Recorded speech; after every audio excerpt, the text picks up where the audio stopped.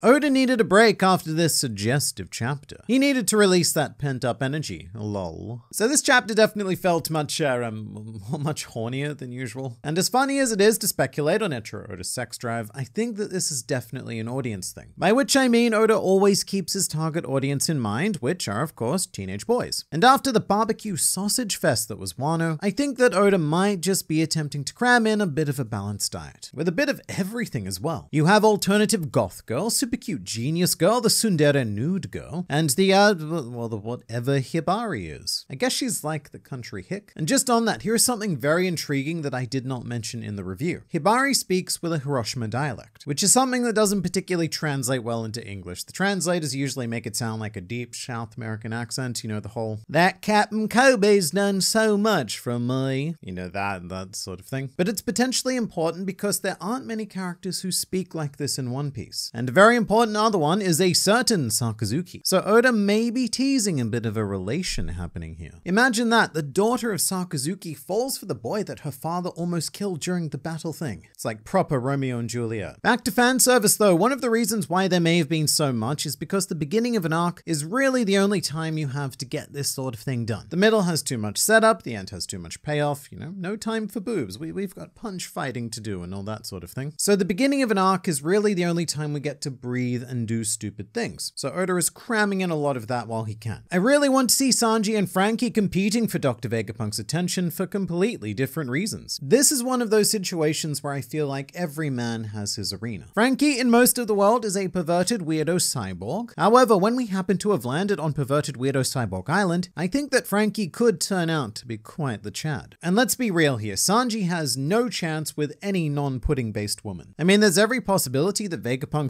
02 can't even eat, so he can't even use his one skill to impress her. But do you know what impresses any woman, especially cyborg women? It's keeping your nuts and bolts well maintained, which is rather convenient because also, this video is sponsored by Manscaped, the global brand for men's grooming and hygiene. Now look, downstairs I'm not exactly the smoothest marble in the sack, so I need something to keep my gear in playable order. So Manscaped hooked me up with the Performance Package 4.0, so that my package will also be able to perform. First up is the Lawnmower 4.0 body trimmer, which is waterproof with advanced skin-safe technology. Waterproof meaning you could use it in all sorts of places, like say the shower or even the pool if you actually don't use it in the pool. Also included in this package is the Crop Preserver Ball Deodorant and the Crop Reviver Ball Toner. So the Preserver acts as more of a long game ball enhancer, whereas the Reviver is more like your emergency system. Plus there's the Weed Whacker to deal with that pesky nose and ear hair. And for a limited time you can get all of this plus 2 free gifts, which are the cleverly named Shed Travel Bag and the Manscaped Anti-Chafing Boxer Briefs, meaning that Manscaped have you covered, quite literally. Kind of like a well-fitting tarp over a temperature-sensitive fig plantation. Go to manscaped.com today and get 20% off plus free international shipping, plus 2 free gifts when you use promo code GRANDLINE at checkout. But for now, it's back to you. Me? I legitimately loved Manscaped. I would be recommending them even if they weren't sponsoring this video. But we have fictional pirates to talk about. This is 98% a Frankie arc. Frankie definitely walking away with some upgrades or farting away knowing him. What? All right, I get it. So Frankie is walking away with some upgrades or farting away because he does the coup de burst from his butt. I get it now. I hope we also get to see a General Frankie versus Dr. Vegapunk mech battle. Gives Oda a chance to draw a mech battle. Wouldn't it be cool if the only person who could fight effectively against Vegapunk was Frankie? Mecha is one genre that One Piece has never been able to fully delve into, and as much as I hate raising expectations, if there is no Frankie Shogun versus Vegapunk or whatever the crap robot, then I think that that would definitely be a missed opportunity. Frankie is far from my favorite Straw Hat, but I don't think I have ever been more excited for his potential than I am right now. If not a fight, then perhaps a weird bonding moment where Vegapunk reveals that he and or she also has nipple lights and other weird Frankie-style tendencies. This chapter made me think that Vegapunk is maybe the title of the current most brilliant scientist the world government employs. Or maybe it's a family name and she is just the most recent one, right? So one inherits the title of Vegapunk or even the name. That would be very in keeping with a particular part of Japanese culture, I suppose. Throughout history, lots of kabuki actors inherited the stage names of their fathers, grandfathers, mentors, etc. The most famous of which is probably Ichikawa Danjuro, a name that has been held by 12 individual actors. Guy kind of like Doctor Who, really. Every generation, a new actor inherits the name and the roles associated with it. So yeah, I guess Vegapunk 2 could be a thing. One competing idea that was brought up was Caesar's deluded science tantrum and subsequent destruction of the Punk Hazard labs, notably because Vegapunk was potentially present in that big boom thing when it occurred. So we could have a proper Frankie situation where Vegapunk's original body was damaged beyond any hope of healage, and then he took that opportunity to turn himself into a waifu, which is it's a unique approach. One thing that has me thinking right now is how utterly unguarded Vegapunk seems to be by the Marines at large. For probably the single most important asset they have, this island seems to be completely devoid of a Marine presence at the moment. Might just be because we haven't really seen any of it yet, but you would think that they would be monitoring and guarding the entire island.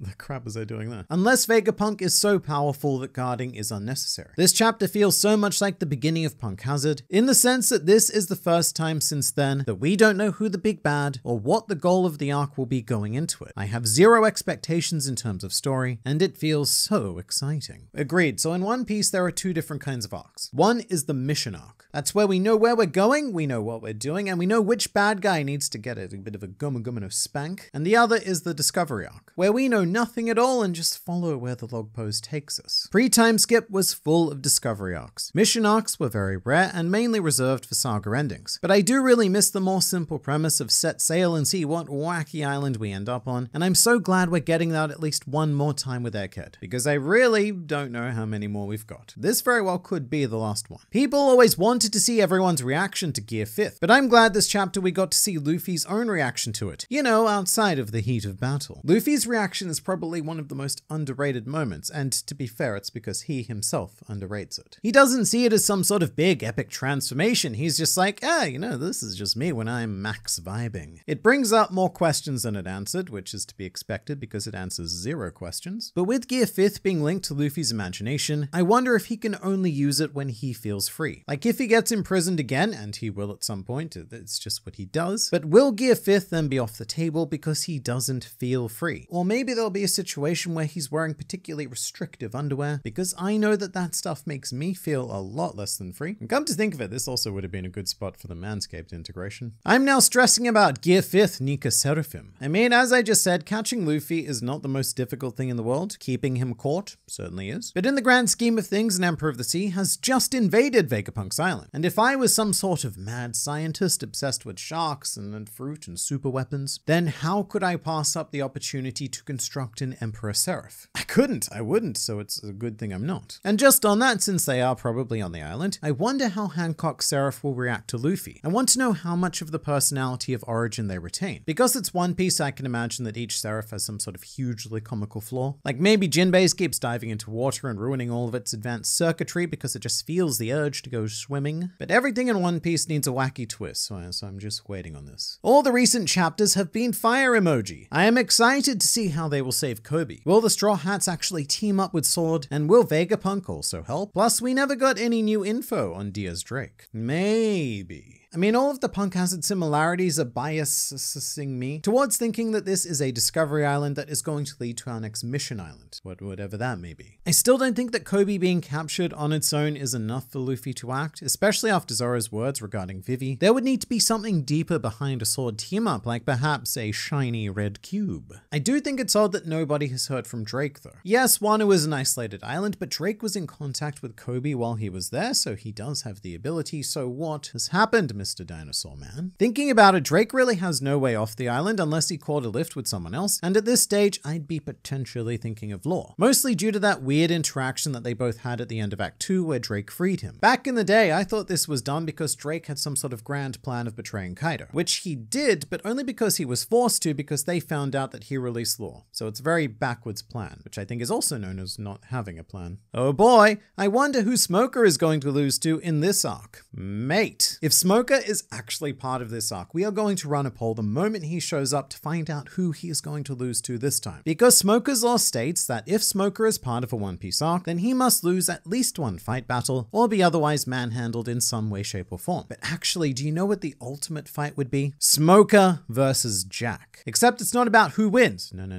It's more about who is going to lose first. It's like getting to the finals of a reverse tournament bracket, taking the two competitors who have lost to everyone else to crown the ultimate best-worst fight man. And I honestly don't know who would take it. Jack versus Smoker. Who do you think would lose first? If it is a Vegapunk-centric arc, I wonder how the Germa will tie in, since Oda seems to be setting up that plot thread with the cover story. So the timing of this cover story is actually spectacular. Usually they don't tie in quite as well, and I'm not sure if this is on purpose or not, but right now One Piece is leaning very, very science heavy. Currently, Vegapunk, Judge, and Caesar are all active characters, which I'm hoping leads down the path of getting to know a bit more about Mads, which of course would retap my favorite Chonkosaur Queen. My life feels so empty without Queen. I mean, who is going to Zuma for us now? No one. I like how people completely missed this, but Eam has the power to erase entire islands, so why not Laugh Tale? I imagine that to erase an island, you actually need to know where it is. It certainly raises the stakes for just how stupidly and cleverly hidden Laugh Tale is, considering someone of Eam's focal width doesn't even know where it is. It might lend a bit more credence to the moon theory, especially being on such a technologically advanced island. It would be a nice time to upgrade the Sunny into a literal rocket ship to head into the space. Something else I do wonder though is if Eam's weapon works on underwater islands. Fishman Island, for example, has been a historical pain in the recorded history posterior of the world government, and in many ways it would be a lot easier on them if Fishman Island did not exist. But maybe Eam's weapon can't penetrate that far down, and that's why they've remained relatively untouched. Because this weapon has to have a limit. We can't just like Death Star our way through the rest of the series. I really hope for the new arc to be small and full of information. We need a break from the long arcs.